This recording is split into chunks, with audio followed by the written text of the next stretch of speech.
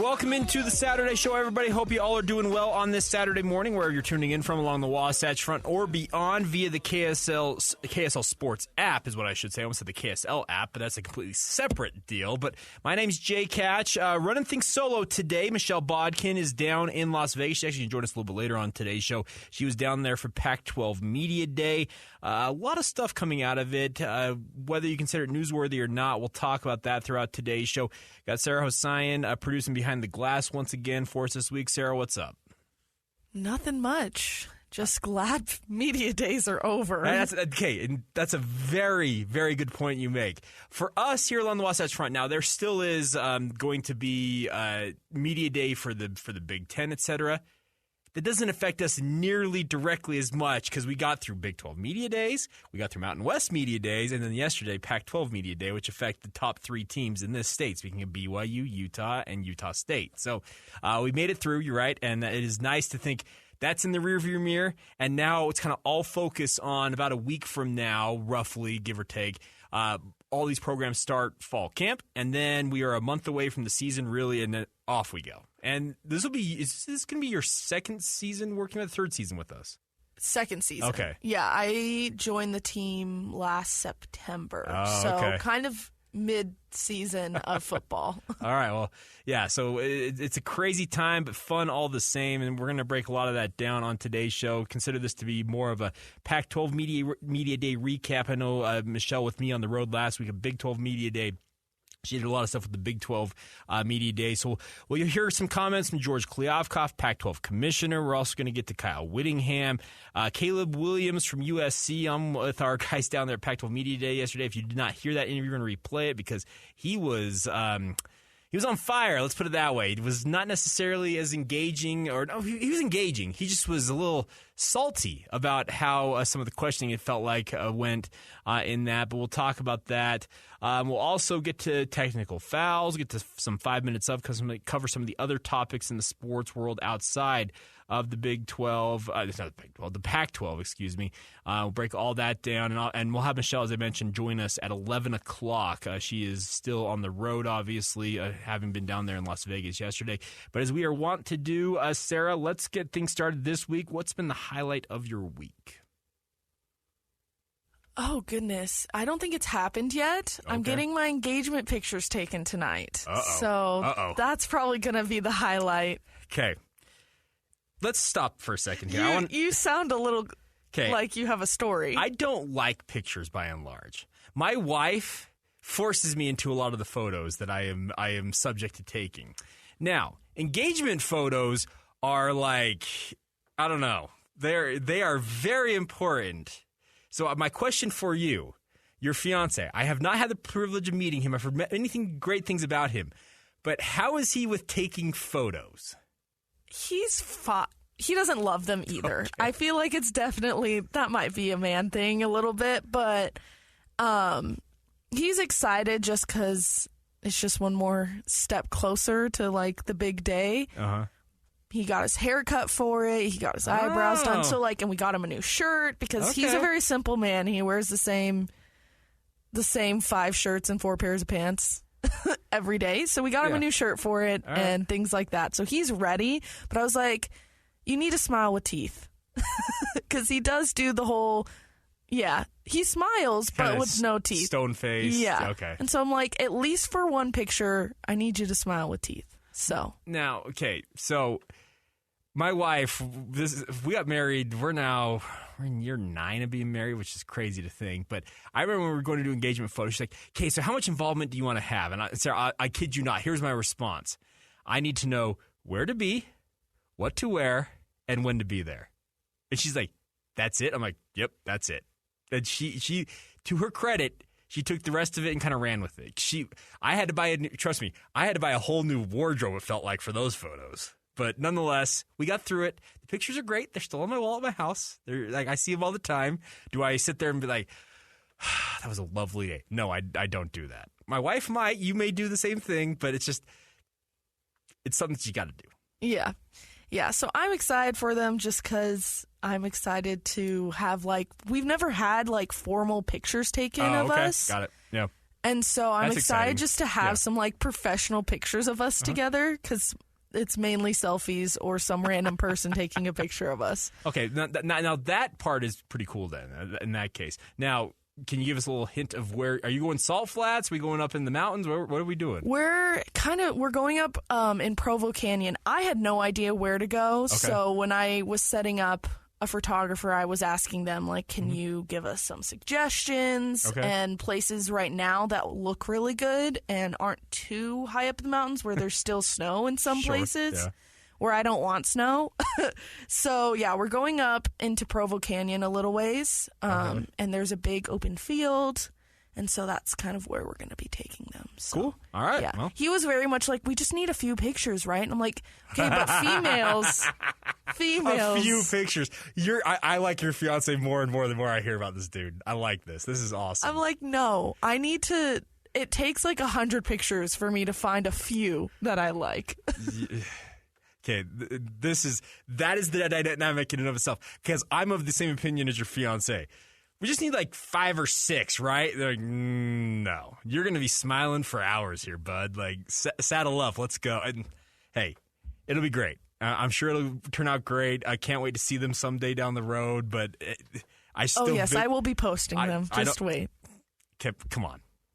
That's what Instagram exists for. Let's be real. Like, but that's the thing about this. It's a fun time. So congratulations. That's a big deal. But I vividly remember, I'm like, ugh.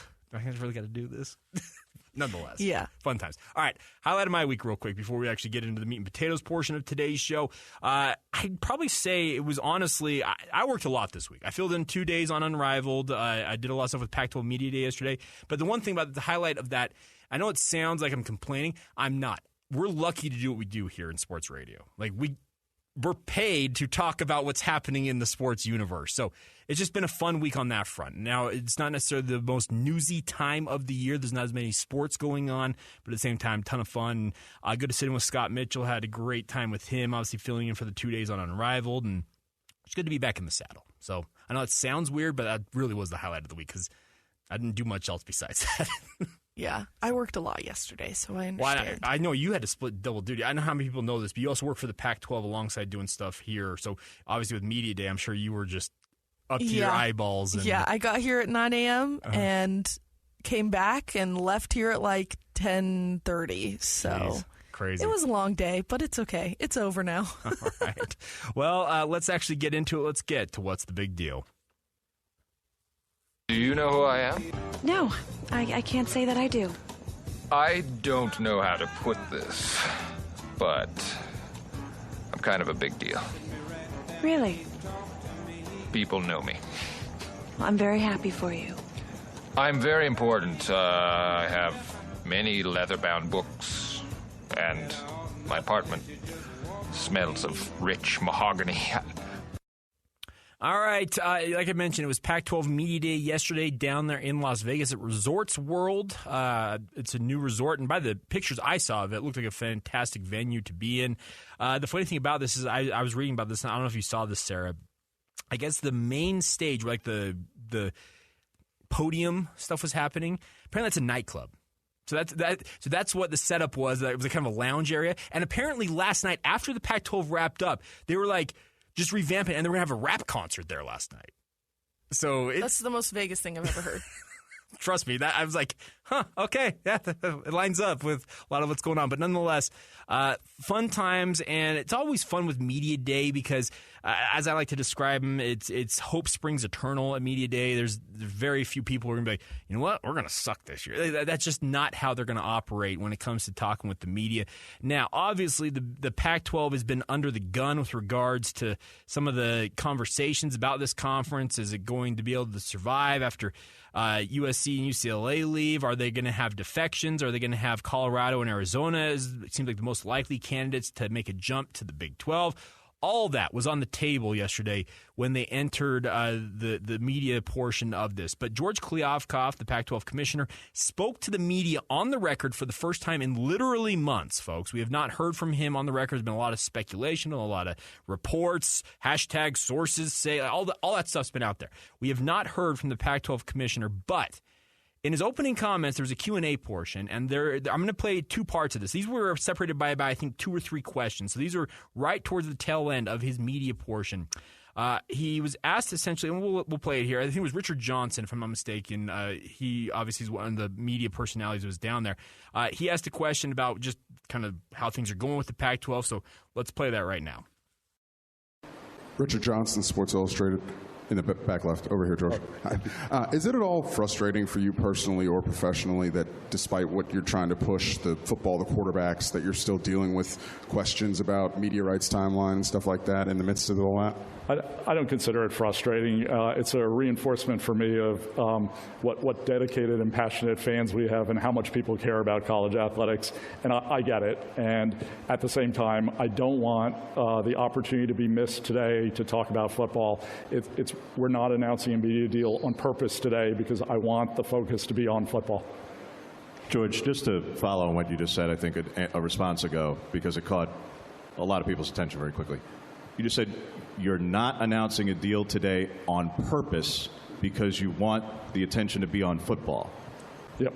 To be clear, that would imply that the deal is done and codified and just you're waiting until after today. I think you're reading too much into that.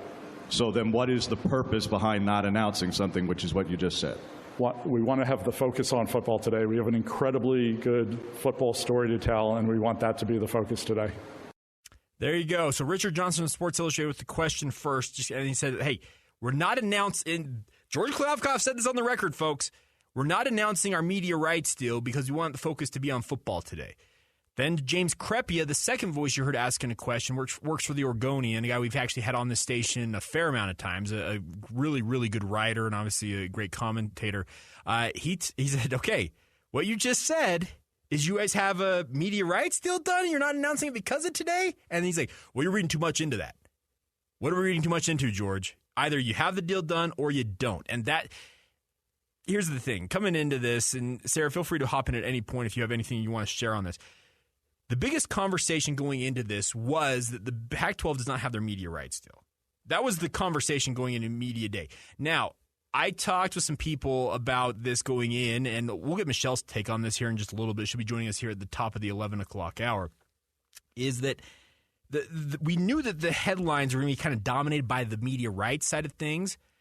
But the problem is when George gets up there, George Kliavkoff, and makes the comment that he did, we're not announcing our media rights deal because we want the focus to be on football today. George, guess what? In that entire Q&A session, and I listened to the entire thing at least twice. I went through the entire thing.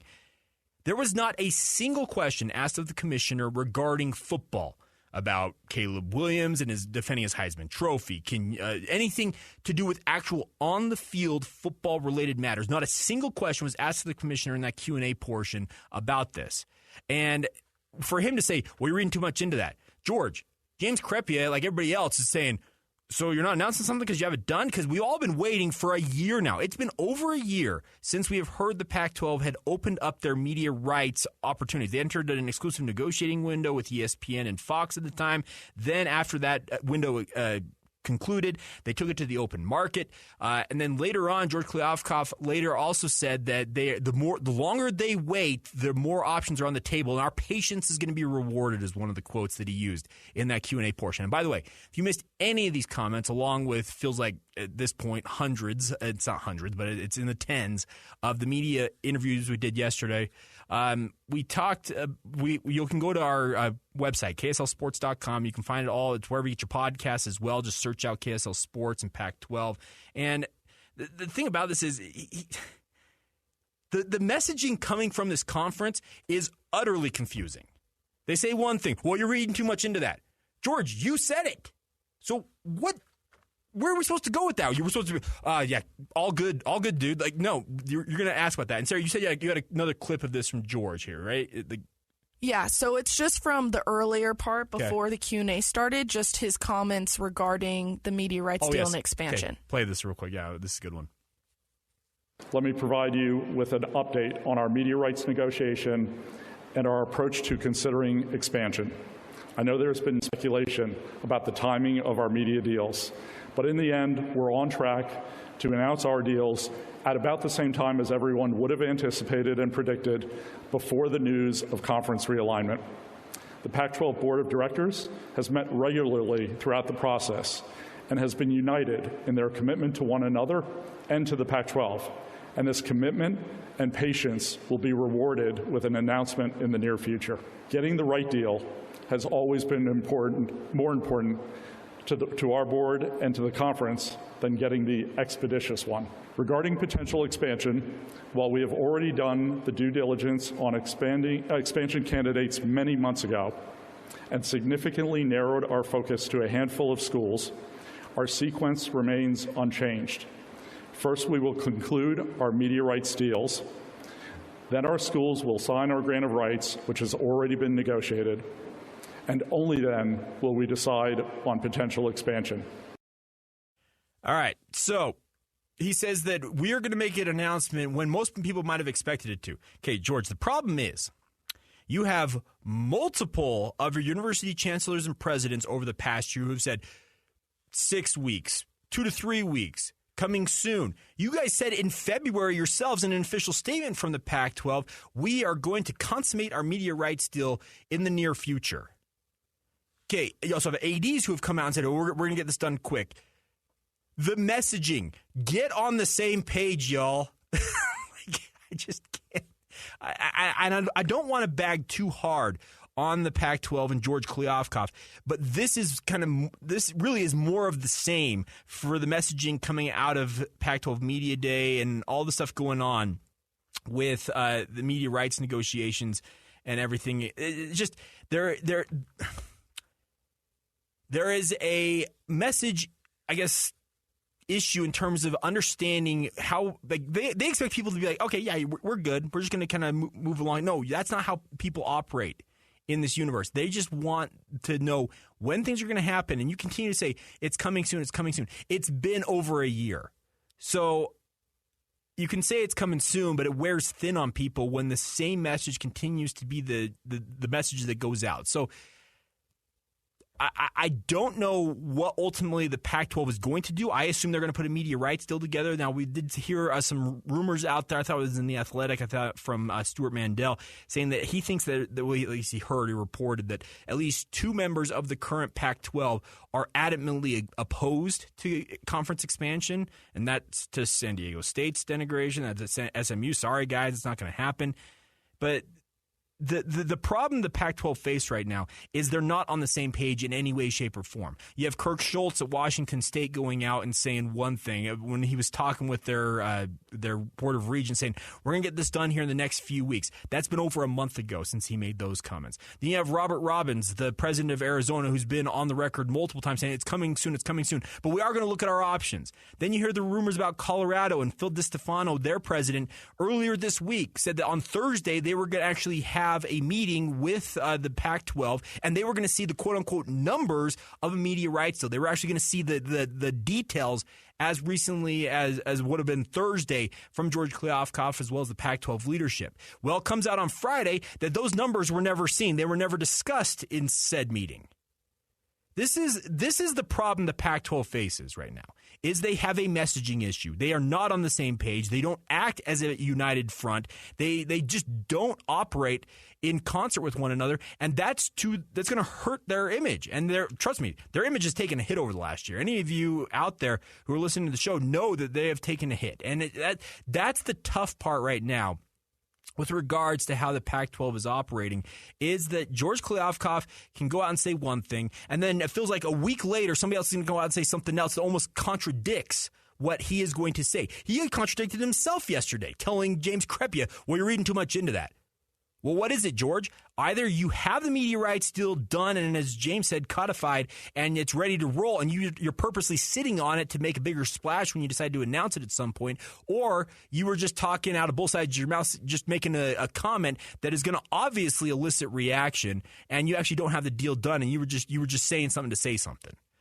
It's a tough tough deal if you're the Pac-12, and I don't envy them. I honestly don't feel like they're doing themselves any favors at the same time, but the hope is at some point, yes, they will get a media rights deal done, then they will get their grant of rights locked in, as you heard them talk about, and then we will explore expansion.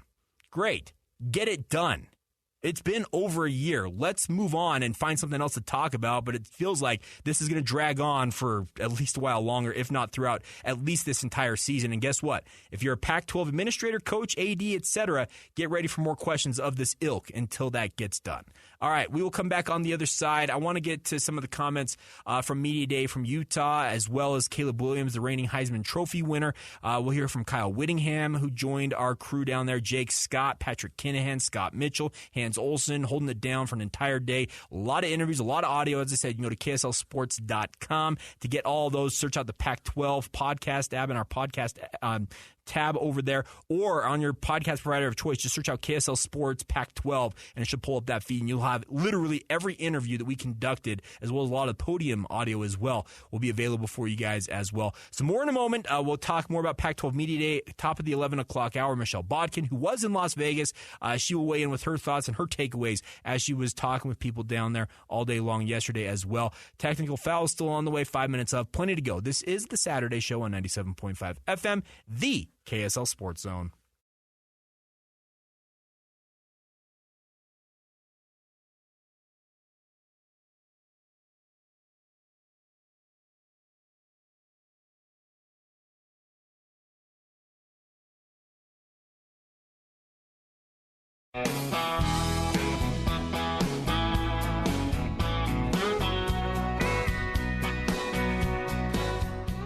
Welcome back to the Saturday Show here on 97.5 FM, the KSL Sports Zone. Hope you guys are all having a fantastic Saturday. I've got the British Open up here, the Open Championship officially.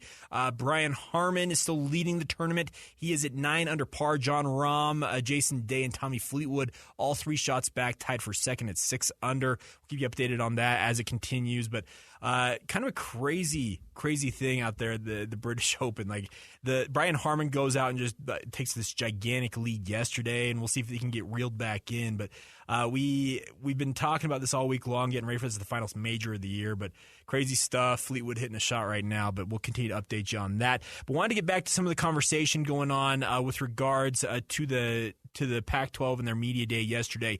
Now, obviously, we were down there as a station, as I mentioned. Jake Scott, Patrick Kinahan, Hans Olsen, and Scott Mitchell, our team that was down there. I know that Michelle Bodkin was there. Chandler, who works on our digital team, was there. Sam Farnsworth. We had a whole crew of people from KSL Sports and the overall umbrella here with KSL Sports down there. But Kyle Whittingham, obviously Utah head football coach, sat down with our crew, and I want to let you guys hear some of his comments. He talks a lot about the upcoming season. Utah's picked to finish 3rd in the media poll, and I'm not going to lie, I know Kyle doesn't direct it necessarily. What am I trying to say? He doesn't necessarily want to say it outright. I think he absolutely loves the fact that Utah was picked 3rd as the 2-time defending champions. He's like, "Okay, we're the underdog again." That's when Kyle thrives in this role. So here you go. Here's his comments with our crew right here yesterday on Pac-12 Media Day. Joining us now, the head coach of the University of Utah, Kyle Whittingham. Big shot.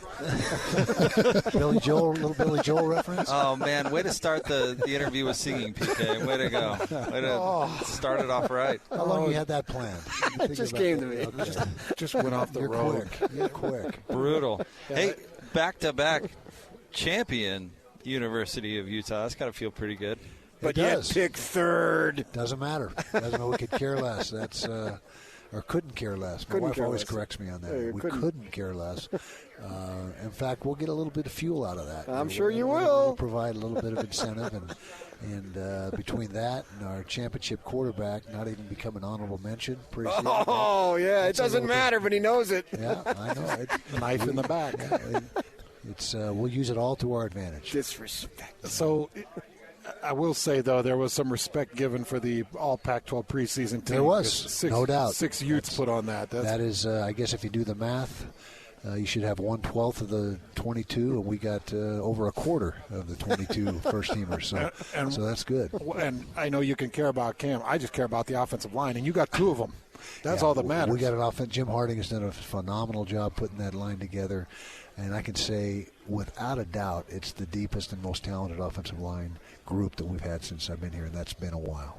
The last few years, training camp for University of Utah is what I call boring because, you have competition, right, but so much of it, it just seems like you're always returning a ton of players. I don't know how you do it. Maybe it's the COVID year or something. I'm not sure, but it just seems like the last few years you've gone in like 3 of the last 4 years, and throw the COVID out because I totally agree with you. It doesn't count. Doesn't count. Nobody counts COVID. I agree. Tell 100%. me anybody that counts COVID. I don't agree with Nobody. it. I agree with you 100%. But it just seems like you got so many of the positions set, and it's about getting young guys ready so when their time comes. Yep. And it's really remarkable, the consistency that way. Well, 2 things. Number one, we've stacked some really good recruiting classes together, 3 or 4 in a row, and that's starting to manifest. And then player development. That's what we are. We're a player development program, and developing those guys as they come up through the system is our forte. And our assistant coaches do a phenomenal job with that, and that's our recipe right there. It's not hard to figure out. The thing that you throw into that recipe is a couple of transfers, and you did it with one of the Reed boys that was spectacular out of Stanford. I thought had a lot of success, and now you do it with a Demooney. Right. We're excited about him. It seems like you guys have a process for picking a couple of pieces out of the portal that play a big role. Is Demooney going to be one of those? We firmly believe that. He's in workouts with us this summer. Looks great. He's a proven commodity. Just turn on his film at Stanford. He did great things there, and he will be a big asset for us. And we feel like the portal overall, since the advent of the portal, has been very good to us. We feel like we've netted far more gain than we have lost. Where do you play Demooney? Do you play him at the safety, or do you put him at the outside backer? Like, how do you? He's an inside backer. Okay. He's an inside backer. Plays inside. He'll play inside with Caretti and Lander and those guys in there. And that's a tough crew, right? It is. They're Lander. He's 245 pounds now. He looks like some sort of Greek god. He could be on on some statue. He's a pretty incredible specimen. Yeah, you talk about him. My wife taught him in the 6th grade. Oh, PE. really? Yeah, at LP. PE. Yeah, and she said that every time she'd introduce a unit, she would have him be the demo guy? Right, yeah. Because he was so coordinated. Right. She told me in the 6th grade, this kid's going to be all that. Yeah. And you look at him now, you've had, when you first got into the conference, you had 1 or 2, I think Norris was somebody, but it seemed like linebacker you needed to get improvement. And you've gotten improvement now to where your linebackers, if they're starting multiple years, they're basically an NFL linebacker. What difference does that make defensively to be able to have that caliber of linebacker in this conference? Well, it's huge, and obviously, agree with you 100% that we've been able to continue to upgrade the roster year after year ever since we really got in the Pac-12. But a lot of the success of our linebackers is due to the front. Our front is, I believe, the best front in the conference, and this year will be no difference. Junior Tafuna, I think, is the best interior lineman in the league, and so that really, as a former linebacker, when you get those guys up front, keeping those guys off you and keeping yourself clean so you can scrape and flow, that makes a huge difference. I was talking about Aliki, Samote, and Junior. Yeah. If you take those 3, could you find a better collective 3 interior in the country? I wouldn't trade them. I haven't obviously looked at every single school's personnel, but from what I know, we love those guys. And then you add David Fotu to that mix. Seems like an unfair rotation. Well, we got an embarrassment of riches. Is that? Yeah. I guess you could say that up front. That's always where it starts on both sides. The line of scrimmage is up front. And I've put a lot of emphasis on Connor O'Toole because you go back to when you guys were leading the nation in sacks with Nate Orchard and Hunter Dimmick. You had that interior push. Right. So I put a lot of emphasis on Connor because if those guys are doing what I think they're going to do, Connor's going to reap the benefits. Right. That works hand in hand, and not only Connor, but Jonah Ellis and Van Fillinger. People forget about Van Fillinger. He's tremendous. He that Oregon game, the championship game a couple years back, he was a dominator. If you've watched that tape, and then you add Logan Fano, who's really, he's special. Logan Fano is going to be a special player. So we've got a bunch of talented guys on the line of scrimmage, and again, that makes everything else seem to fall into place. Coach, as you know, PK is a hot take machine. I mean, he just rolls them out one after another. And he had one this morning that this is the toughest schedule Utah's ever played. Would you agree with that hot take? I think without a doubt it's the toughest in the Pac-12 this year. I don't think there's any argument there. Toughest of all time. I'd have to go back and look, but just off the top of my head, I'd say there's a good chance that PK's right for once. For a change. Yeah. Good shot. Would be a change. I got to give it to you. I didn't see it coming, buddy. Well done, Jake. He nailed it. Yeah, well done. That one did land for me. You're welcome. Yeah. Jake had a joke yesterday that didn't land with Not the at all. Not at all. This one landed. Did you sit in your office and sweat over this Pac-12 media deal? Zero sweating. Yeah, this is it's part of the deal. What it does is, as we say every year, it signifies that the season's right around the corner. Gives our players a chance to get to bring two players, and Cam and Cole Bishop are the guys we brought this year, and let them have a great experience. And so, no, this is just business as usual. The TV contract, too. TV contract, I think we're heading in the right direction. I know we're heading in the right direction.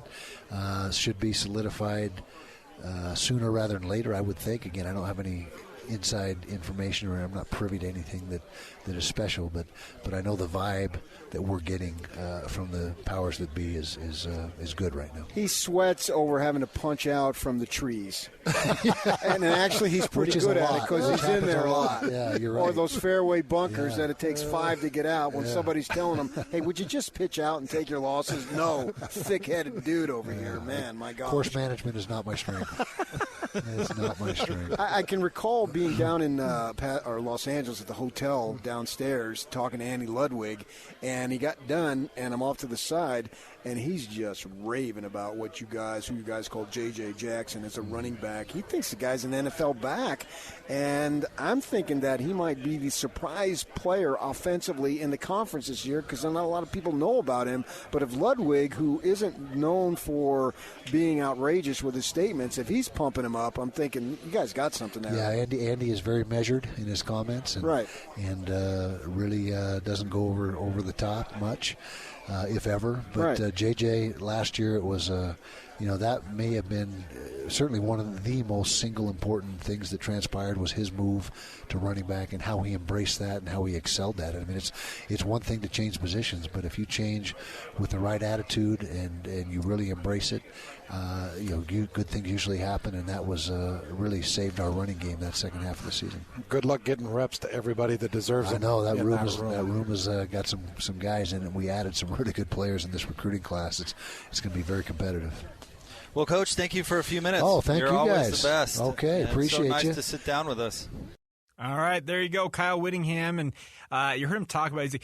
I know that we're getting close to it. And Kyle, he has been very reticent to really comment on it, but it was good to hear him talk about that. You also heard him talk a lot. You can tell he's confident in the talent of this team. And I'm telling you, he relishes being the quote-unquote underdog. I know being picked third out of a 12-team conference means you're a relative favorite, but you're the two-time defending champions. And when USC and Washington are picked above you, you can guarantee Kyle's over there pointing on the whiteboard saying, they have no respect for you guys. So we'll see how they do taking on that role this upcoming season. Now, his quarterback also was down there at Pac-12 Media Day, Cam Rising. A lot of questions about his knee. Is he going to be available against Florida? Will he be able to play right away once the season begins after tearing that ACL in the Rose Bowl game? Well, here's some of the comments from Cam Rising. Joining us now, quarterback for the University of Utah, Cameron Rising. Good morning. How are you? Doing good. How are you? Oh, we're doing great. Second media day, right? Yep. You like this stuff? You like doing the car wash? Old hat. It is what it is. You've done a few interviews by now. Yeah, it's a good time. Just try to have fun with it. It was hard. It was hard sitting over here watching Cole Bishop just whip your trash over there. Whoa! You must be mistaken. I saw one between the legs. Oh. You guys got to see that ball was going back here because I was hitting it past him every time. I was letting him warm up. He didn't want to start sweating. That's the problem. I saw you use the ceiling. You were hitting it off the ceiling. I was trying to go over him. He was sitting up pressing the kitchen, so I had to try to go over, but It didn't work out. It's funny because people were looking, Cam Rising. Oh, how can he move? How's that leg? How's that knee? Blah, blah, blah, blah. Yeah. And that's what everyone's talking about. Coach Witt was like, hey, calm it down here. You know? Did he come over? Let's take it easy. No sharp cuts now. How's that thing feeling? It must be feeling pretty good. Feels great. Yeah, I can't complain. It's incredible. Everything is right where it needs to be right now. Talk about starting off with Florida. We were talking about this, and hopefully everything through camp is ready to go. But do you want another crack at those guys, given how last year's game went? Itching at it, just chomping at the bit to get back out there, and really excited for the opportunity to play them again, for sure. I can recall being with you down in the hotel room at Los Angeles, and I asked you, and we had a little running joke, are you coming back? Or, I don't know. And then, you probably remember that when they had that little booth there. When it was obvious to me that you were coming back at that point. Gotcha. So people think that you came back post-injury when you actually, I believe, had made the decision before. Yeah, it was like a week or two before. Right, yep. And by telling me, I don't know, you were basically telling me yes. Yeah, to a certain degree. Right, I mean, right. And so just speak to that. People think it was the injury, but really it wasn't. Why you sort of changed your mind because you were in Rice-Eccles' new media room and said that you thought that was your last game or last season, whatever it was. Yeah, it was kind of just up in the air for a little while and kind of going back and forth with the team and everything and just really trying to see what was the best steps for me to take. And yeah, just kind of came to that conclusion a few weeks before the game and really kind of was settled with it and then got hurt. It just kind of happened like that. It was unfortunate that came up, but that's just kind of part of it. Mm-hmm. So while you were playing over there, I was talking a little bit about who you are as a competitor, at least what you show on the field as a competitor, and I started thinking, this guy gets a shot at Florida. He gets a shot at redemption against Florida. How much do you think about that game? How much do you think about the game that was and the game that's coming forward? Does that play a lot in your mind? Yeah, I mean, I don't like to lose a game, and it's always going to kind of haunt you a little bit and just kind of be in the back of your mind, and just really makes waking up early and going to your workout just that much easier and just kind of fuels you and just adds that fuel to the fire. So really just excited to have that opportunity and just ready for it. Talk about the weapons you're going to have throwing the football and running, but for that matter, take it how you want to go. But the guys that you're going to utilize this year. Yeah, I mean, the wide receiver room has taken a step in the right direction, and I think everybody in that room is competing at a high level. So I think we're going to see a lot more production come from that receiver room. And then tight ends are what the tight ends are. They're always going to be a part of our system. They're such a big piece, always making sure that the run game's going the way it should. And yeah, the running backs, I think it's as talented as a full room as we've ever had. So just really excited to see how those pieces fall into place and what we end up doing this year. I believe that Kincaid owes you a couple mil, but that's just my personal opinion from what you just a little something. Yeah. Made him look so good. Go to Ruth Chris or something. Your coach, he's a tough guy and he's a motivator and all that stuff, and he uses his weapons at his disposal. And he already talked about how, that picked third in the conference will provide some fuel. And then he also brought up his quarterback, two-time winner, honorable mention or whatever it was in some preseason thing. I didn't really even pay attention to it, but he knew about it.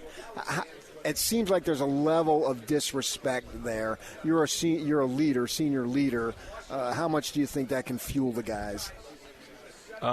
I mean, for me personally, it definitely is a lot of fuel for me. Just going to make it just that much easier to go watch film and everything like that. But yeah, I think the guys are going to take it personal and really just kind of just waiting for our turn to be in that totem pole. But I guess you gotta go win it a third time to make that happen. So we're just ready for the chance and the opportunity to do that. So there you go, Cam Rising, and you heard him talking about it. They're motivated. They want to go out and prove it. He did make some headlines also. I don't know I'm assuming everybody saw it on social media. There was a reporter out of Las Vegas who asked him and Cole Bishop about not facing BYU this year. It was not a local reporter here from Utah. It was a guy out of Las Vegas. I'm going to be very clear about that. That was not somebody showing up from Utah and being like, all right, I'm going to troll these guys. They both said they wanted to play BYU, and they're excited to play because they didn't get a chance to play really in the last game, but nonetheless. Interesting comments from Cam. You can tell he's highly motivated to go out there and prove himself.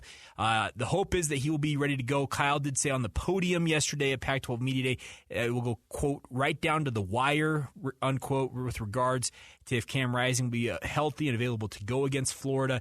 We are under 6 weeks to go. It's crazy to think it's coming that quickly, but fun at the same time. And the hope is that Cam will be able to play because they will. If Utah wants to three-peat, if they want to make it 3 straight Pac-12 titles in a row, you've got to have Cam Rising at his best. Now, let's also add the caveat on that if Utah wants to do that, you have to win in the Pac-12.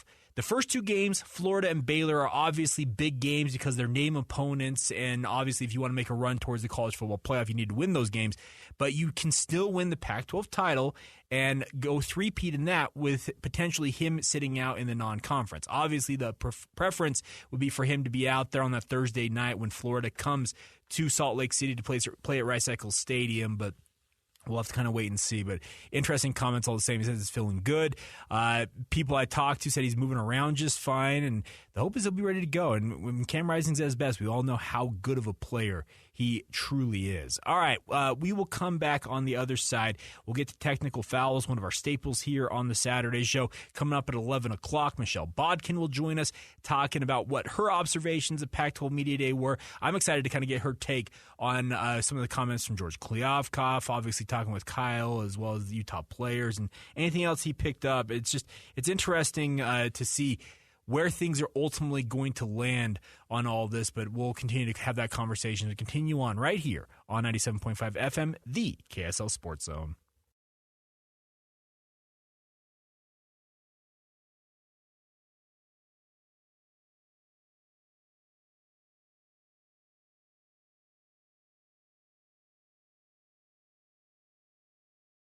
If you're coming from the street with dirty shoes on your feet, that's a technical foul. If you switch the radio to some modern music show, that's a technical foul. If you touch the thermostat, you'll get hit with a bat, 'cause that's a technical foul. You will feel my wrath. That's a technical foul.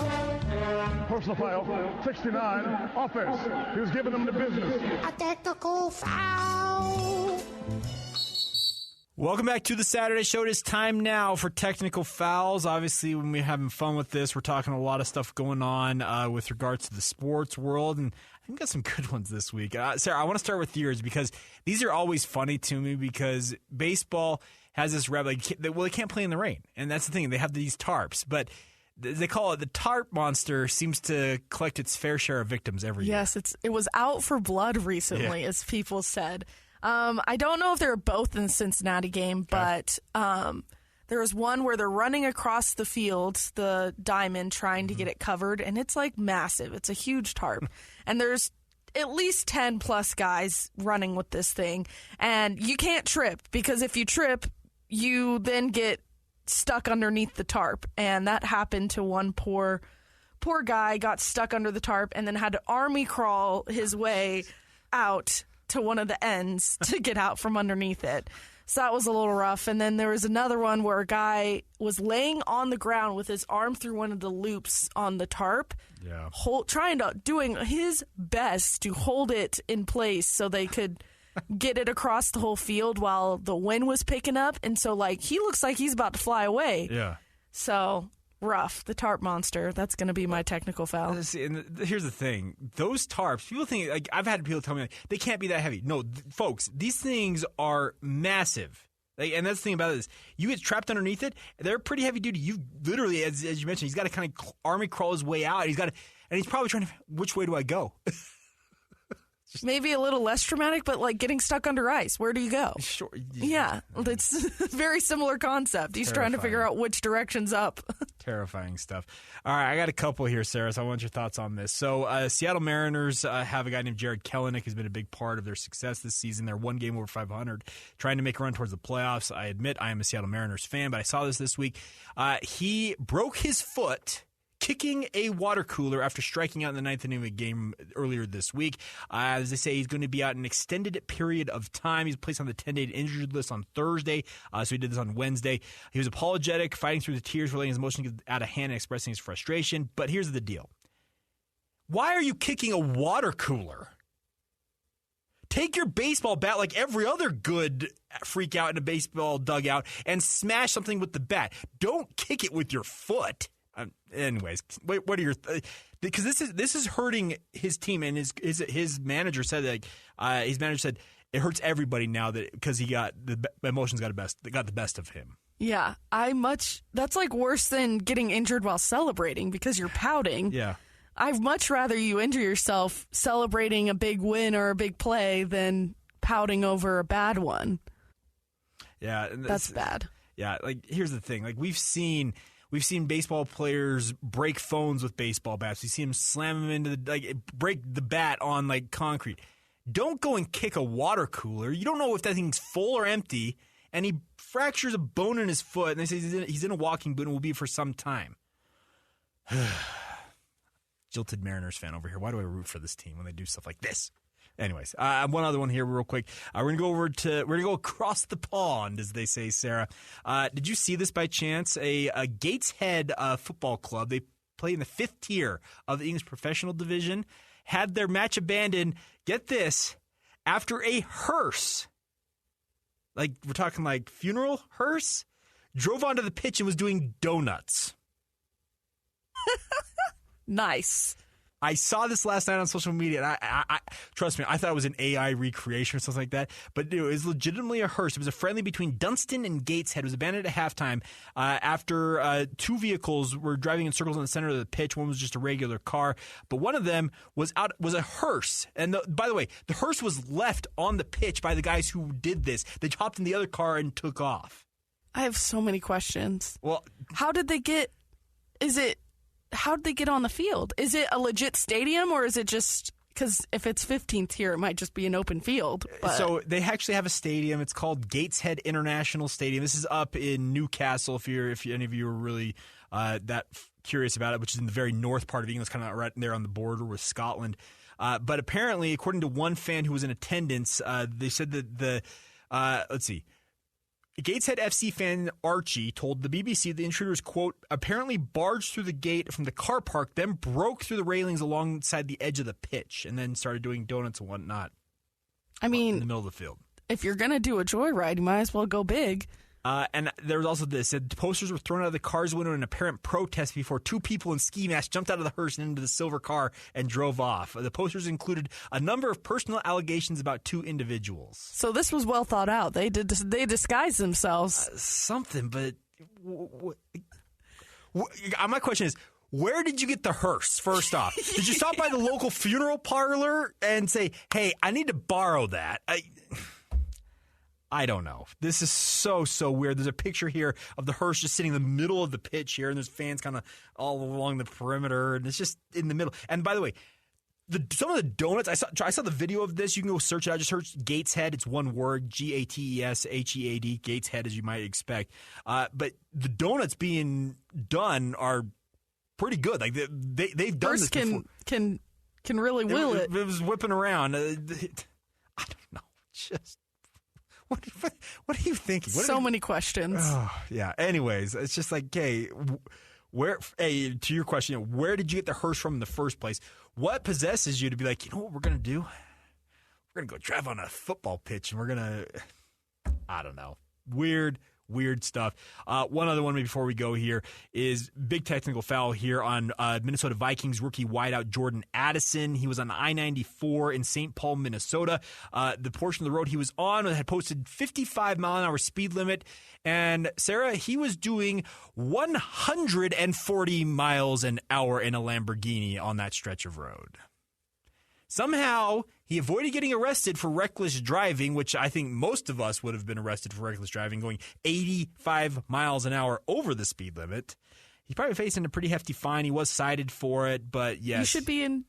Most people would be in jail. Yeah, you'd be arrested and booked, and he was cited. There's actually video from the Minnesota Department of Transportation of him getting pulled over by the Minnesota Highway Patrol or whatever. I don't remember what they necessarily called it. He was cited. He was issued a citation by the trooper for speed and reckless driving. Minnesota law says those buses driving over 100 miles an hour can lose their license for 6 months. The House Statute Research Office says a jail sentence of up to a year and a potential fine of $2,500 are also possible. So it says that he could still face those type of charges, but what are you doing, dude?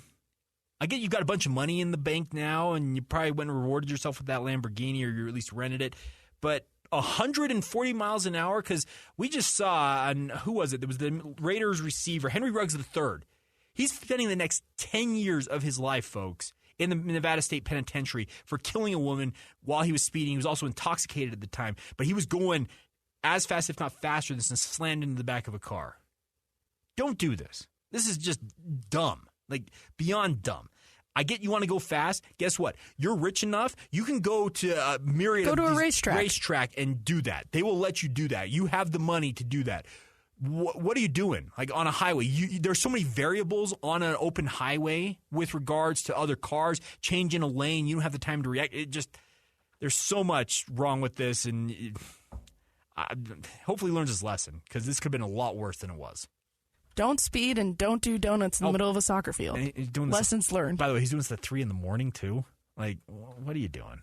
Anyways, we'll move on here. We're going to have Michelle Bodkin checking in from Las Vegas with us coming up next. Not tomorrow. Why do I want to say tomorrow? But nonetheless, she's going to join us with next, talk about what she took away from Pac-12 Media Day, get some of her takes on that, as well as if she's eaten anything yummy while she's been out in there in Sin City. We'll get to all that next. This is the Saturday Show on 97.5 FM, the KSL Sports Zone.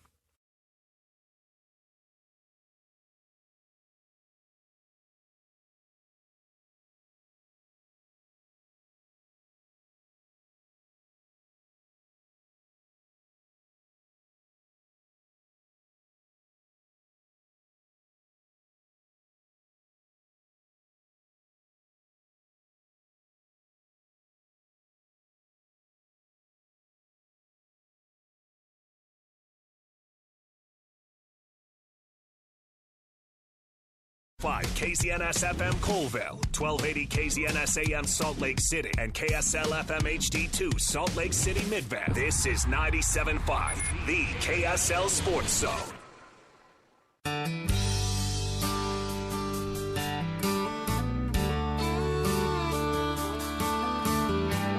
Welcome back to the Saturday Show here on 97.5 FM, the KSL Sports Zone. Excited now to be joined by our typical co-host here on the show, Michelle Bodkin. She was down in Las Vegas for Pac-12 Media Day yesterday, taking a lot of sights and sounds, doing a lot of good reporting at the same time. Michelle, thanks for hopping on. How are you? I'm doing well. Thanks so much for having me on while I decided to stay a little while longer in Vegas. Now, so Michelle, obviously there's a lot of storylines coming out of Pac-12 Media Day. We talked about a number of them earlier on today's show, but give me kind of your overall sense of what you consider to be the major storylines that came out of Media Day. Yeah, I mean, for starts, I think we have to go with what's happening with the media deal, what's happening with the Pac-12 as a whole. Is they kind of this is the farewell tour, and this is kind of the final time it will ever look the way that it has for the past decade or so. And it's really interesting that outside sounds so different than on the inside. Okay. And again, it's one of those things. I tend to believe the people that are actually in the room, that are having the conversations, that actually know what's going on there. And so it sounds like, some interesting things have kind of taken place over the last little bit that Klyavkov and the remaining 10 schools feel very confident and positive about. Obviously, we have to wait a little while longer, it sounds like, before we find out what exactly they know that the rest of us wish we knew. And the interesting thing was, actually, I was on the phone a little bit throughout Media Day, took a couple of calls, people calling me, and kind of relaying a very similar message that's a little more from secondary places. So it's very interesting, what's going on there. But, I think bottom line is Pac-12 is going to survive at least for the next 5 to 7 years. We'll see for sure. We'll find out for sure, what they're talking about and what they know about. But that was a big headline. I thought, at least from a more local perspective, the talks and the conversations about the fact that Utah was not voted number one despite being the reigning champs 2 years in a row. And I think that was an interesting, kind of take, and just getting the feel from Utah, Whittingham, Cam Rising, how they think and feel about that. And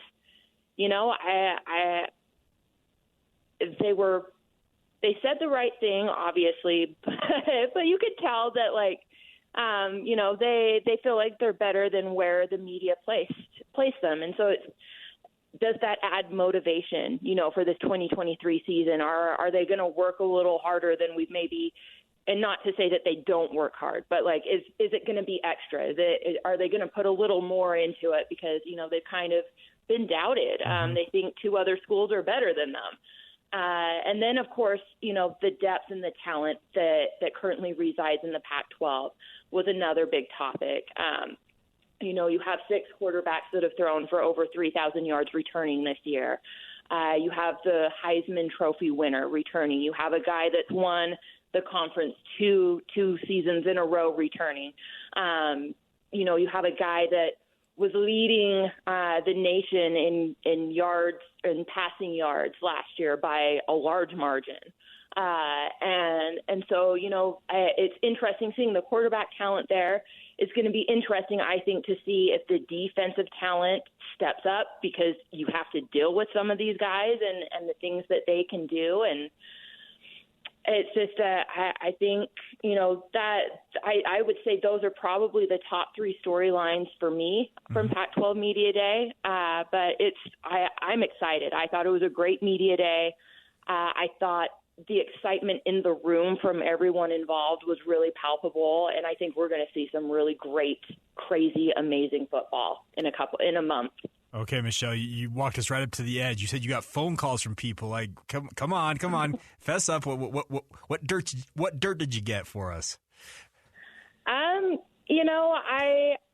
had some figures thrown my way. I'm going to keep those to myself for the moment, but it kind of went along with what George Kliavkoff alluded to. I thought the timing was interesting. Actually, one of them was a text, I think the day before. Someone sent me a hint, hint, wink, wink, nudge, nudge, watch this. I had a conversation with someone involved more on the network end of it. That had some interesting things to say. And then the other one was a little bit more within the Pac-12, called me during Pac-12 Media Day and relayed some things that they had been told. So it's very interesting. I'm curious. Again, it's interesting that within the Pac-12, the message is just so different than what everybody wants to try and relay or make it sound like it is, that's not involved with the Pac-12. Fair enough. Michelle Bodkin checking in from Las Vegas. She was down there at Pac-12 Media Day. And Michelle, you talked about the fact like Kyle Whittingham as well as Utah players are kind of saying the right thing. And I got the same vibe that you got. Like, yeah, they're saying the right thing, but you can tell there's an edge to them. They're the 2-time defending champs, but at the same time, I think you and I both agree, Kyle Whittingham loves nothing more than being able to play up that underdog role. Absolutely. Yeah, no. Like I said, I thought they handled it well. I thought they answered the questions well. But there were just like these little, and I think especially with Cam, just these little like glimmers of light of, we'll see about that. It kind of felt a little bit like we know something that you don't know that you wish you knew. Does it play out that way? Does it work that way? I mean, obviously there are some things to consider with Utah football. Cam, it sounds like is on the right track, is going to be good to go. Barring anything crazy happening. So, you have things like that. And then, of course, the schedule's really hard. Just making sure that, you're on each week and really focused and ready to go. But, if those things play into their favor, I don't see any reason to doubt them. They certainly seem very confident. So. Now, Michelle, obviously there's a lot of excitement just about the talent in the Pac-12 this year, especially at the quarterback position. Kyle Whittingham made a comment. I remember exactly to who, and I apologize, probably should have sourced this a little bit better, but he essentially said he thinks it's the best crop of quarterbacks essentially since Utah has entered the conference. I think that first year that they were in the conference had a pretty good collection. Do you feel like the depth and talent of these quarterbacks, Cam Rising right among that group, that they'll be able to go out there and in some ways elevate the overall image of the Pac-12 this season? I mean, if they go out and do what they did last season to even get them the hype in the first place, yes. I mean, the bottom line is, and Whit kind of addressed this too, and it was interesting kind of hearing him concede the point. There's that saying, offense wins games, defense wins championships. Whittingham said that it's kind of opposite. And, you know, I that the numbers kind of say that that's not the case right now, that it really is offense is what gives you the edge. Defense is probably what wins you the games at this point. But I think, you know, right now people are loving great quarterback play. And so when you have some of the best of the best of the best in the country, I think Utah, or not Utah, but the Pac-12, and Utah's included in that, you know, the Pac-12 is boasting like 5 or 6 of the top 10 quarterbacks in the country. Mm-hmm. I mean, people want to tune in and watch that. So, yeah, if these guys ball out the way that they did last year, if that continues through this year, and if they elevate that play even, because, you know, they're all a year older, wiser, they've seen a few more things. I think they know that, you know, all the eyeballs are on them, so they're obviously going to maybe even put in some extra work to be extra good. If all that plays out, yes, I think that does really, really help the profile of the Pac-12. Now, as you were walking around doing reporting, talking with people, did you get a sense for maybe a team that's not necessarily on everybody's radar that you think could make some noise this season, like I guess a quote-unquote dark horse in a way? Yeah. I mean, that's so hard when you have like 5 teams that are kind of vying for it. Yes, you know what I mean? That's basically half the conference already. I mean, they're kind of the ones that are a part of the conversation, but I mean, I would kind of go to Oregon State maybe a little bit. I think while they kind of are in the conversation, I think there is a little bit of, well, that's so sweet and that's so cute, and you know, they'll probably be really good, but I don't know. I think a team like that is scary dangerous, and we've again talked about this a little bit. We've seen that with Utah in the past. You know, those 2015 and 2016 seasons, they were right in the mix of all of it, and had a real legitimate shot if not for a touchdown against Oregon was 2016, and 2015 just got a little bit banged up towards the end. Didn't have the lucky bounces in the health department, I think, to finish the year in 2015. You know, if everything plays out right for Oregon State, I think they could be dangerous, especially, again, when you kind of treat that team as, oh, that's so sweet and so cute, like the plucky little team that's kind of in the middle of nowhere. You know, that I would maybe choose them for my dark horse, to be honest. Well, I don't think you're alone in saying that, because you and I think both agree they had 21 of 22 positions that felt like they were elite and capable of winning this conference. Just so happens that the one it felt like they were short in was the quarterback position. I don't think I'm saying anything out of turn. Do you agree with that? Yeah, no, I think a lot of people made that argument. And now, I mean, this year's a little bit different. I believe they have to replace a little bit of talent on the defensive side. Mm-hmm. You know, is it a plug and go, or are there going to be some growing pains there? That's, you know, something we're going to find out. But it does seem like they have improved that quarterback situation. And you know, we'll see if that, along with, you know, whatever they have to kind of fill in on the defensive side of the ball, if they can get that thing rolling. You know, I think Jonathan Smith is a very, very good coach. I think Oregon State is a hard place to recruit to and find talent and keep talent. So you have to kind of, again, it's kind of a Utah situation in a way. but maybe a little even more so just because of, where Oregon State's located and some of that kind of stuff. You really have to find the right guys, and you really have to build the right culture. And I think Oregon State's been doing that. Yeah, I agree with you on that. Now, in terms of just the overall kind of setting and how everything went with the Pac-12 Media Day, what was your evaluation of is it Resorts World? Is that what they call it? Yeah. You know what? The hotel was really nice. My room was incredible. Awesome. I thought the amenities around there were crazy awesome. I wish they would actually maybe this is something. I actually ran into Mark Harlan briefly, and he was asking me how it was going. I was like, I'm like a little overwhelmed because it's just everything's going on at once, and I'm not sure if I'm getting everything I need to get, and at the same time I feel like I'm overloaded with information and I don't know if I'll ever get through all of it. And he goes, I think we should maybe make this a 2-day thing. I was like, it was at one point a 2-day thing.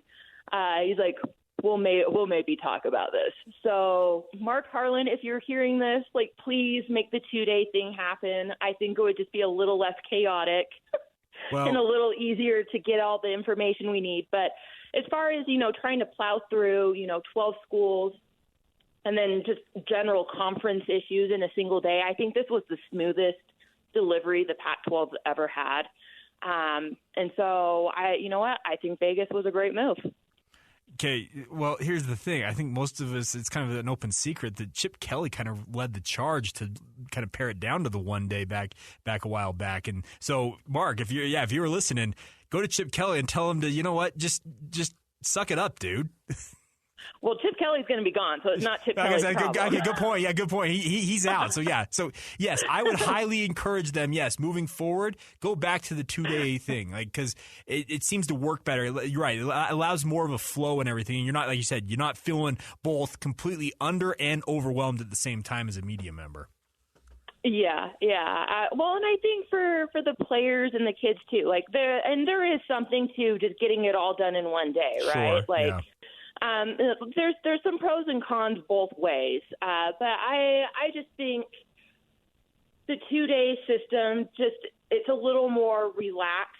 I don't think there's this pressure to just keep things rolling and trucking and moving, and you start one thing and then you get distracted because something else is starting, and I think overall it probably is just going to be better for everyone's mental health. Fair enough. Well, and the other thing about it is it allows you to kind of, as you mentioned, kind of in a way relax. You're not feeling like you have to be everywhere at once all at the same time to get everything. And that's the thing about the Big 12 Media Days. It felt like, okay, there's nice. One day you can focus on what you need to get from that day. Second day, it seems to work out better. And we'll see how they do, but it'll be interesting. Yeah. Now, talking with Michelle Bodkin, obviously typically the co-host here on the Saturday show. She is down in Las Vegas, down there for Pac-12 Media Day. And Michelle, I saw some reporting from The Athletic. I think it was Stuart Mandel saying that he said at least 2 members of the current conference are adamantly, I think is the term he used, opposed to any conference expansion. Your take? I mean, that's interesting. I did see that on Twitter this morning. I need to go investigate that a little bit further.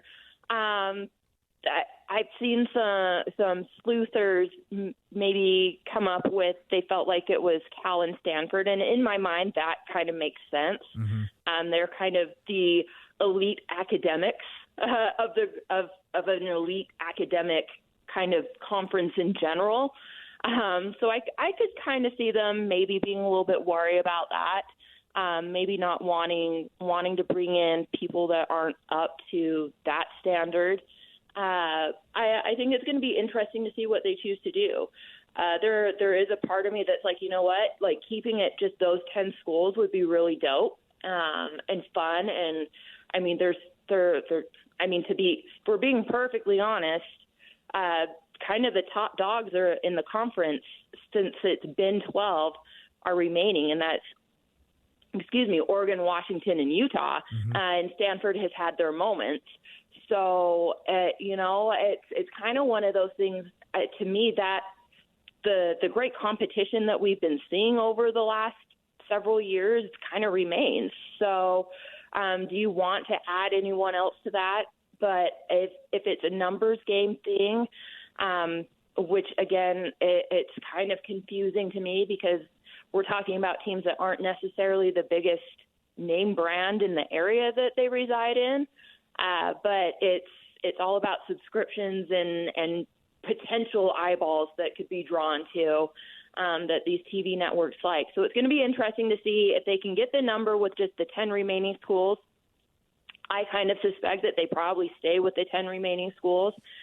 If they can't get the number, then I expect to see, people being added, whether whoever the two schools are like it or not. Well, I'll help fill in the cracks for you a little bit. I'll read it directly from Stuart Mandel's report. It says, one reason San Diego State has no clarity. Two league sources told The Athletic on Friday there's not unanimity, if I can get that word out of my mouth, among the presidents to expand at all. It would take an 8-2 vote, and at least two schools, one of them assumed to be Oregon, don't currently support it. The rationale being they would compete with fewer schools for the Pac-12's berth in an expanded college football playoff, not to mention sharing CFP revenue with fewer mouths overall. Yeah, and I mean, there is absolutely an argument to be made for that. So I think, that's maybe part of the deal that they're still going to have to talk about and work on and hammer out. But, again, it's going to be interesting to see what goes on. I think regardless of whether they add more schools or not, the conference again. I think that was an overreigning point, is that the conference feels confident they're going to get a good deal and that it's going to surprise some people. Makes sense. All right, Michelle, before we let you go, what fun have you had in Vegas so far, and what fun is there planned to have? I met up with some of the Sirius XM Pac-12 crew. They threw a little welcome party thing Thursday night before Media Day, and I met up with a friend that works for the Pac-12 networks, and we went to that, and then we went to dinner and just kind of goofed around and had some fun. And then I'm actually staying here for a few extra days because I have family that lives here that I haven't seen in a while, and my mom and my dad and my aunt and my uncle drove down yesterday since I was already here, and we're planning on getting together tonight and having some fun. Best thing you've eaten so far? Oh, my gosh. I am so embarrassed. Oh, Michelle, you're disappointing me. Okay, well, so the best thing I actually had, the Pac-12 lunch, was phenomenal. They had this cheese gnocchi that I seriously went back and got seconds, and I don't typically do that. Okay. But I was like, oh, my gosh, it was so good. I love gnocchi in the first place. Whatever that cheese sauce they did, it was like so buttery and cheesy and good. And then it had like portobello mushrooms in it and like cherry tomato. It was so good. It was so good. I wanted to hunt someone down and like get the recipe. Like it was legit good. But as far as where I went out, so my friend and I went to Bubba Gump's. Hey, okay, here's the thing. I got no hate. I love Bubba Gumps. I'm not going to lie. I think it's funny. Like it's not horrible food, but no. I mean, when you consider the things that you can get in Las Vegas, it's also not the best. Yeah, and I was going to say, if you got time, I'm partial to a place called Din Tai Fung. I don't know if you've ever heard of it. It's in the area. It's Taiwanese. It's straight from Taipei, and absolutely phenomenal. But yeah, you told me about this before. So yeah, like I said, if you get a chance, get over there and try it. But hey, here's the thing: Bubba Gump's. It's just kind of a fun, unique environment because you know as well as anybody. You were there. It plays. Exactly. It plays off what it's supposed to be, and that I can totally get with the fact that they don't try to act like they're not something that they aren't. Exactly. You know what? I got a commemorative cup out of it, so we're good. Yeah, that's all that matters. All right, Michelle. Well, hey, safe travels back when your vacation is over, and of course, we'll look forward to talking with you down the road. All right? Yeah, absolutely. We'll be seeing you next Saturday. There you go. Michelle Bodkin, big thank you to her for taking the time to join us here on the Saturday show. As she mentioned, she'll be back next Saturday. We're talking all things going on in the sports world at that point. Big Ten Media Days will, in theory, be in the rearview mirror. I think we'll be done with Media Days at that point. So then it'll all be focused on training camp and the upcoming season, and cannot wait. All right, coming up next, we are going to flip back over, talk about some of the other topics on today's show we have not had a chance to touch on quite yet. In 5 minutes of This is the Saturday Show right here on 97.5 FM, the KSL Sports Zone.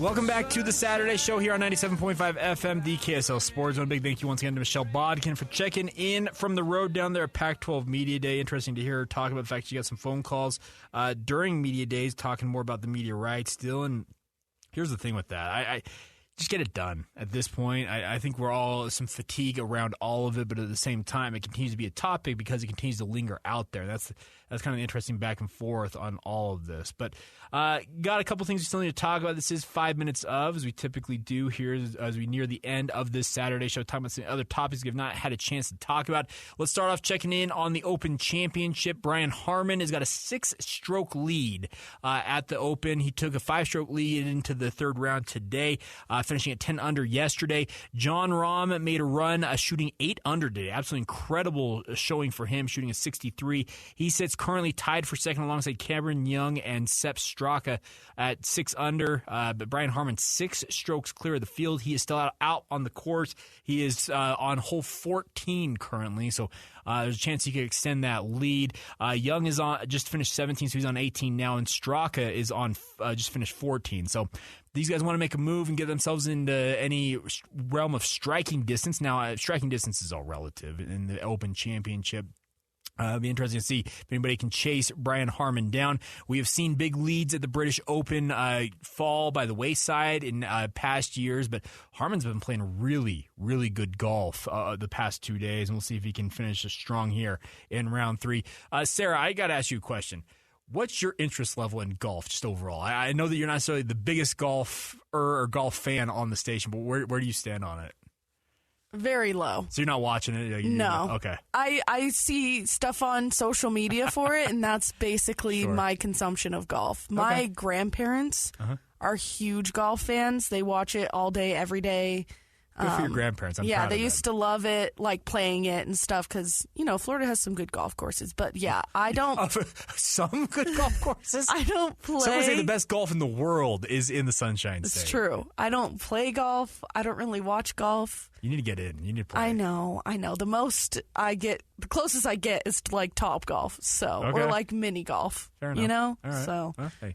Yeah, it's the thing about the British Open is it's such a unique environment because it's, of course, over in England or Scotland, but at the same time, it's a different style of golf. A lot of these guys coming from the PGA Tour, they got to adapt their game. And the thing about you look at some of the leaderboard, we've got 2 Americans in the top 10. The rest are all international. We've got Spain, Sepp Straka is from Lithuania or something like that, Victor Hovland from Norway, Antoine Rosner from France, Jason Day from Australia, Shubhankar Sharma from India, Tommy Fleetwood, Alex Fitzpatrick, both of them of England, and then just outside the top 10, you've got Tom Kim from Korea, Thomas Detry from Germany. So it's a very much more international flavor when it comes to the Open Championship because it's just a different style of golf. So we'll see what round 4 holds tomorrow. Any of you who have been watching all of the action for the British Open, I got to commend you because you've been staying up all night long to watch this. It teed off. The first shots were hit. It was 11 o'clock Wednesday night here along the Wasatch Front. That was obviously Thursday morning up there at Royal Liverpool. All right, so Sarah, second question. How much are you into World Cup golf and the U.S. women's national team? That side was awesome. World Cup soccer? Yes. Okay. You said golf, so I was sorry, like, wait, World Cup soccer. I was like, wait, yeah. is there something that sorry. I don't know? World Cup soccer, U.S. Women's National Team. Love watching the World Cup. Did you watch last night? I didn't because I was. Oh, you were here. Duh. I was working, unfortunately, but I caught a lot of the highlights and. Yeah, I'm a big World Cup fan. I like soccer in general, but yeah, when the women play, they're just so good. It's crazy.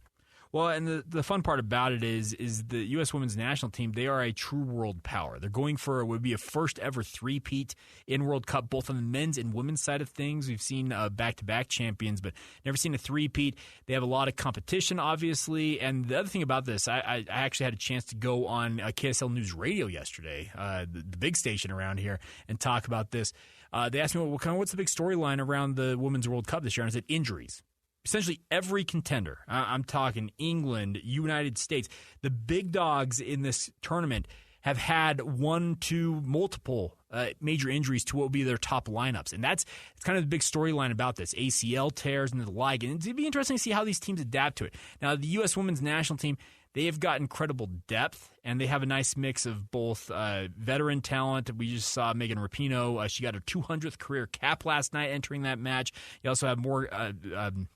Alex Morgan, who has just been absolutely sensational for more than a decade. But then you have young players. Trinity Rodman got injured last night. I saw this on social media. People are like, Trinity Rodman, did you guys know that she is the daughter of Dennis Rodman? I'm like, yeah, everybody who pays attention has known that for like years now, people. Anyways, Sophia Smith, there's a lot of good players.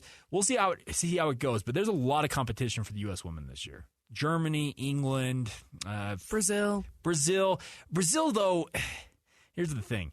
Marta has kind of been the face of Brazilian soccer, and she's out injured, and it just doesn't feel like Brazil has the same cachet that they typically have. But we'll see. It'll be interesting. U.S. Last night beat Vietnam 3-0. Now, Vietnam should be happy because the last time the U.S. Women's National Team opened a World Cup in 2019, they played Thailand. Do you know what the score was in that one, Sarah? Didn't they blow them out? 13. Yeah. 13-0. And there was like controversy surrounding that. Yeah. It was sportsmanship. Really? This is top-level soccer. This is the best. Let's talk about sportsmanship in another realm.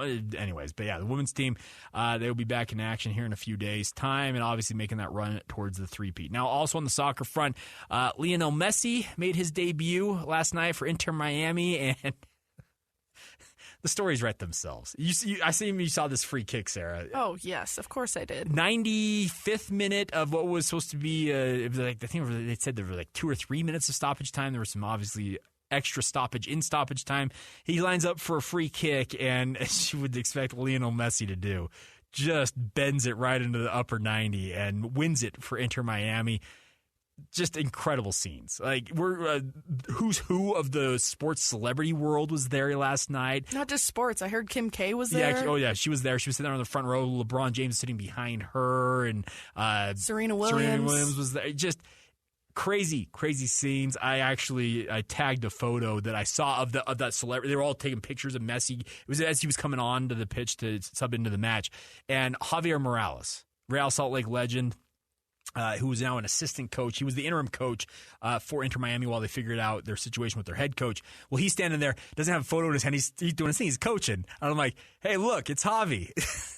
All these other celebrities in the picture. But I'm just having fun as an RSL fan. But nonetheless, fun to see that. And here's the thing. We'll see how Messi does. He's 36. He spurned, if you believe the reports, $200 million annually to go to Saudi Arabia. He's going to make between 50 and 60 million based on the reports about his MLS deal. We'll see how he does. And the other thing about this is Inter Miami is dead last in Major League Soccer right now. They have like about a 2% chance of making the playoffs. But if they want to, quote-unquote, lift a trophy, want to have some silverware, they are 2 wins away from winning the U.S. Open Cup. And that championship, if things work out the way we want them to, could be played here in Salt Lake City with Lionel Messi taking on Real Salt Lake. We'll see. It'd be interesting.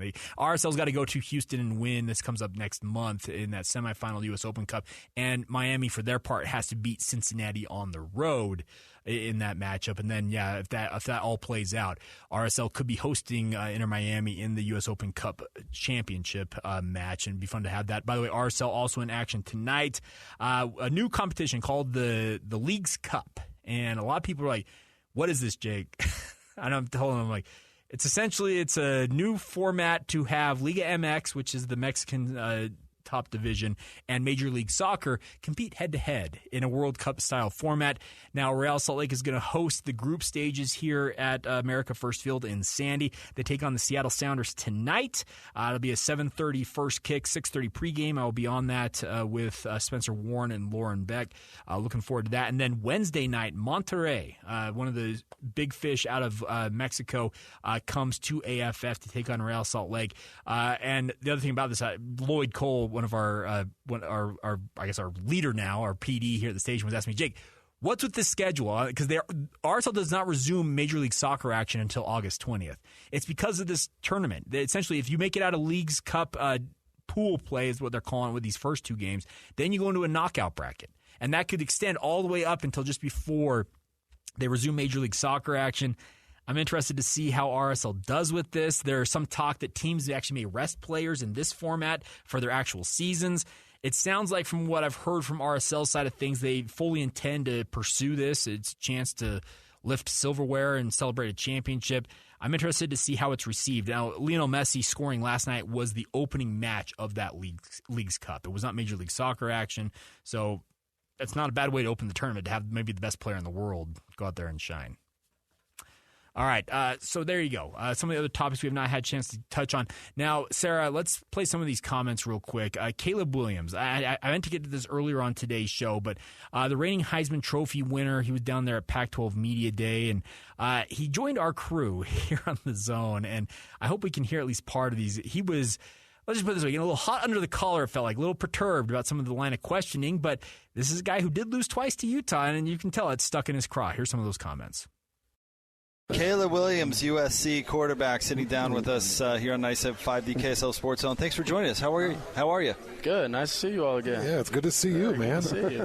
You're a different guy than you were a year ago when we were talking. My hair's gone.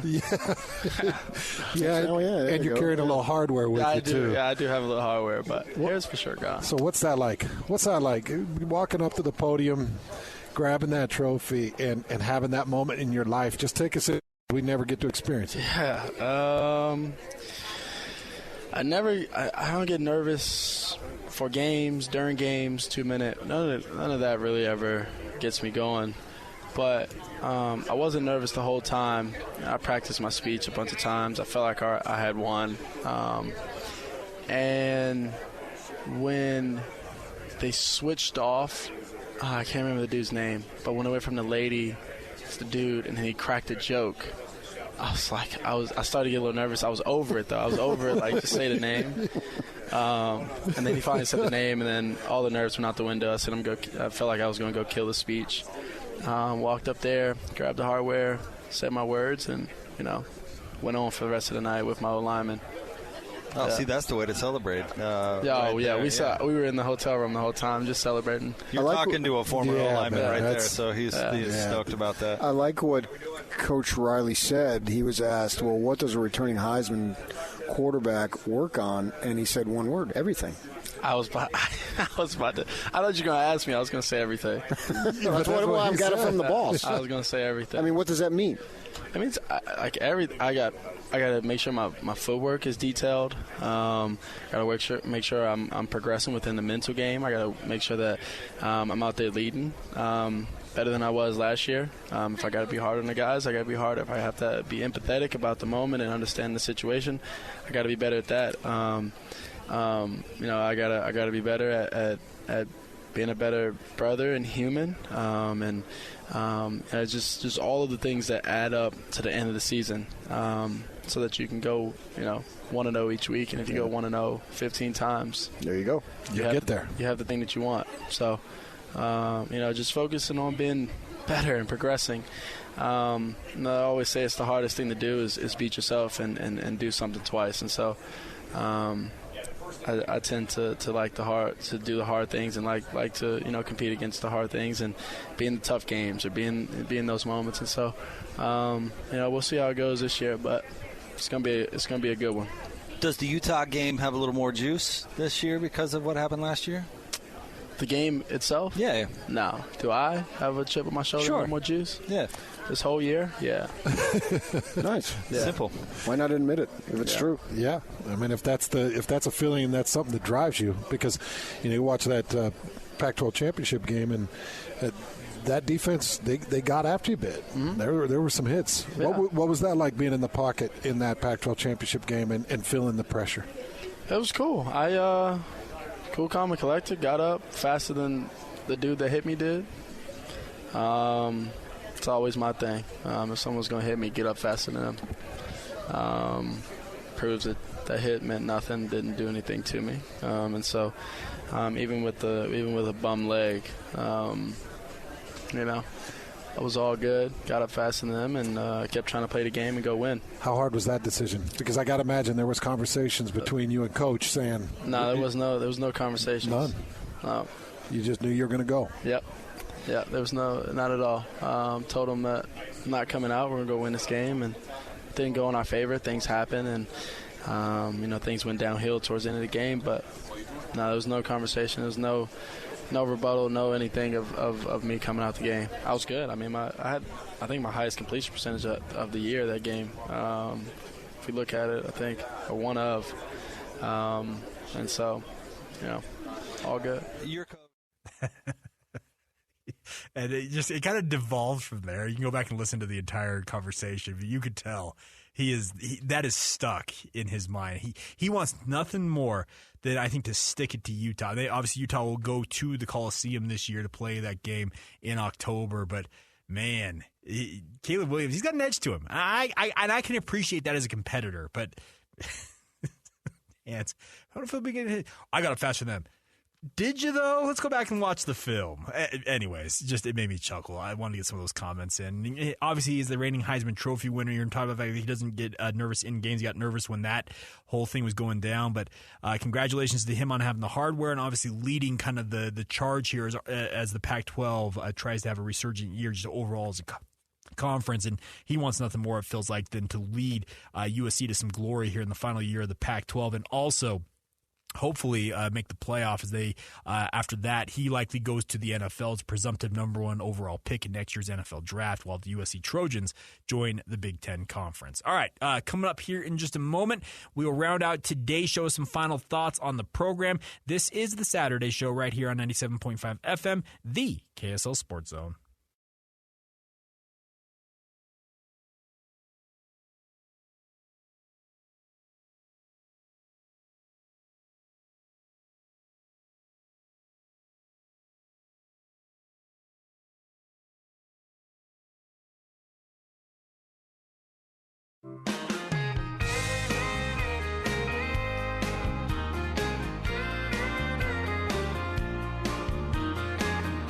Welcome back to the Saturday Show here on 97.5 FM, the KSL Sports Zone. Jake Hatch here, running things solo today, but Sarah Hossain, who obviously produces Jake and Ben, does a fine job with that, is sitting behind the glass. And Sarah, we see a lot of crazy stories in sports.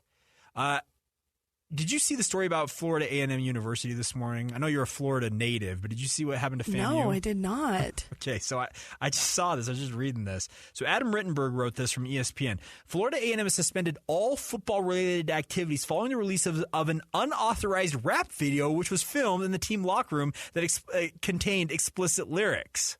Coach Willie Simmons announced the decision Friday night, hours after the release of, quote, Send a Blitz from rapper Real Boston Richie. I don't know who Real Boston Richie is, but Simmons said in the statement that while he supports free speech and musical expression, the language in the video is, quote, not consistent with Florida A&M's core values, principles, and beliefs.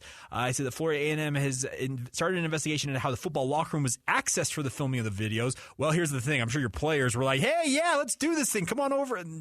Anyways, and the use of licensed Florida A&M apparel that violates agreements. So yeah, that's rough.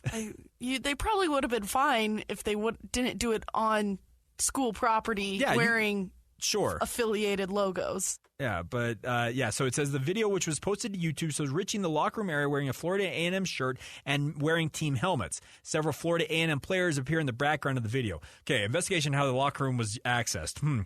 Hey, Mr. Richie, do you want to come on in? And Yeah. Bad They deal. have codes and cards. I'm sure most of them do, so. Yeah, I guess real Boston Richie's real name is Jalen Foster. He's from Tallahassee, Florida, where Florida A&M's campus is located. He performed before the Rattlers' homecoming game last season. So Tallahassee, that makes sense. yeah. Wow. Shade from the Tampa native being cast toward Tallahassee. Well, explain more about your thoughts on Tallahassee. It's just where FSU is. Yeah, what's wrong with Florida State? Come on now.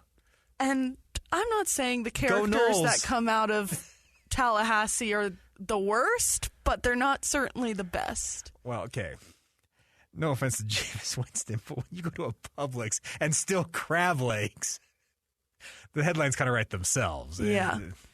Yeah. Anyway. He's also done another plethora of things that are questionable that I don't support, but Sure. yeah, so that's why. Did you grow up a Florida Gators fan? Like, what were you? I did. Okay. I did, yeah. Florida Gators was my team. Okay. We did watch a little bit of BYU as well because my parents both went to Rick's College, now Okay. BYU Idaho. And Vikings.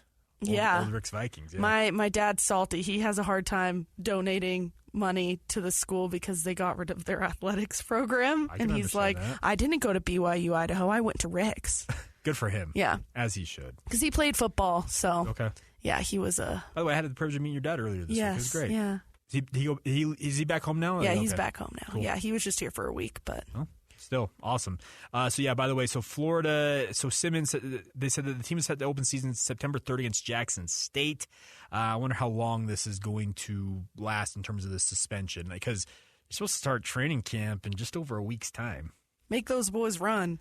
Something, but yeah, you don't expect stories like that to pop up, but hey, that's. I mean, it's Florida, so if it's going to happen anywhere, it's probably going to happen Good in point. Florida. Florida man, legendary stuff. Like when weird things happen in the world, usually check to see, okay, did it happen in Florida?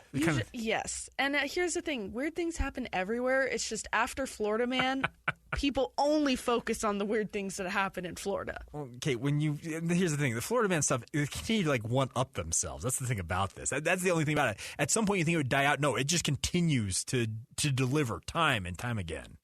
You just have to be careful with what's fake and what's real out there. But yes, that might be the best point made on today's show overall of the entirety of the show. Very, very well done by you. All right. That'll do it for us. All right. I hope you guys have a fantastic Saturday.